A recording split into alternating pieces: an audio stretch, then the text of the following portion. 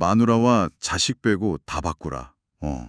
1993년 프랑크푸르트에서 나온 이 한마디 기억하시는 분들 많으실 겁니다. 네, 아주 강렬했죠. 이게 그냥 구호가 아니었어요.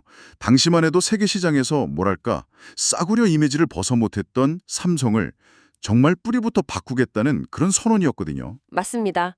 오늘 저희가 살펴볼 자료들은 바로 그 지점을 다루고 있습니다. 삼성이 어떻게 그 이미지를 깨고 지금의 글로벌 기업이 됐는지 그 중심에 있던 인물, 이건희 회장에 대해서 좀 깊이 들여다보려고 합니다. 네, 국산 저가 브랜드에서 글로벌 초일류 기업으로 이 극적인 변화 뒤에 어떤 이야기가 숨어 있을지, 또 오늘날 우리에게 어떤 시사점을 줄 수 있을지 한번 파헤쳐보시죠. 좋습니다. 그의 여정이 어쩌면 지금 당신이 고민하는 어떤 문제에 대한 힌트가 될 수도 있을 겁니다. 우선 그 시작부터 좀 볼까요? 삼성 창업주의 셋째 아들, 1942년생이시고 어릴 때는 조용했지만 관찰력이 뛰어났다고 하죠. 네, 그리고 일찍부터 해외 경험을 쌓았다는 점이 중요해요.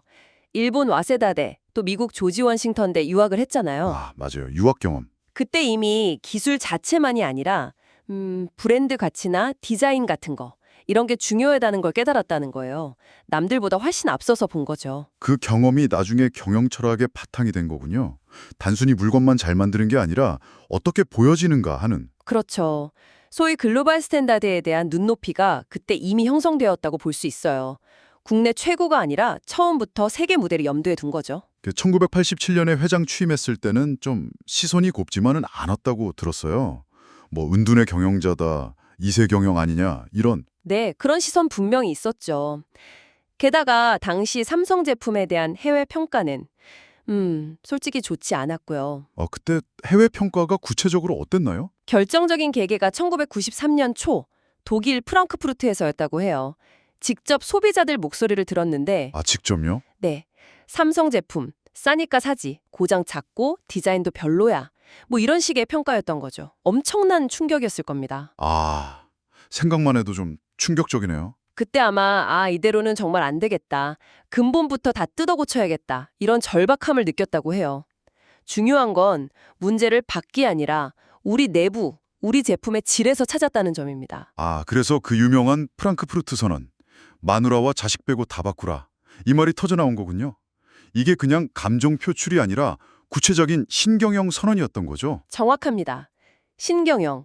핵심은 양 중심에서 질 중심으로 완전히 패러다임을 바꾸자는 거였어요. 단순히 불량률 줄이자 이게 아니고요. 네, 그 차원을 넘어서 생각하는 방식, 일하는 방식, 조직 문화까지 전부 다 모든 걸 세계 최고 수준으로 맞추자는 아주 강력한 요구였죠. 디자인 혁신, 인재 영입, 기술 투자, 이게 다 따라왔고요. 그 의지를 보여준 정말 상징적인 사건이 있었잖아요. 1995년 그 휴대폰 화형식, 네네. 구미 사업장에서 있었던 일이죠. 불량 휴대폰 15만 대. 그게 당시 돈으로 500억 원어치였다면서요. 그걸 직원들 앞에서 그냥 다 불태워버렸으니. 와. 지금 생각해도 정말 파격적이죠. 근데 그게 그냥 보여주기식은 아니었어요.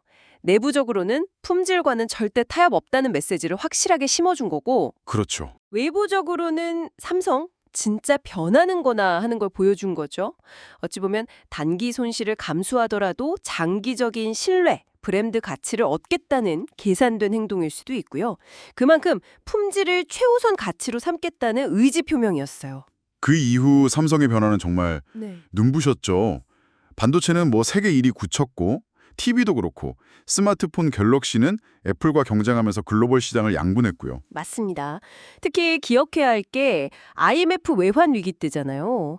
나라 전체가 휘청거릴 때인데 네, 그때 다들 움츠렸죠. 근데 삼성은 오히려 R&D 투자를 늘렸거든요.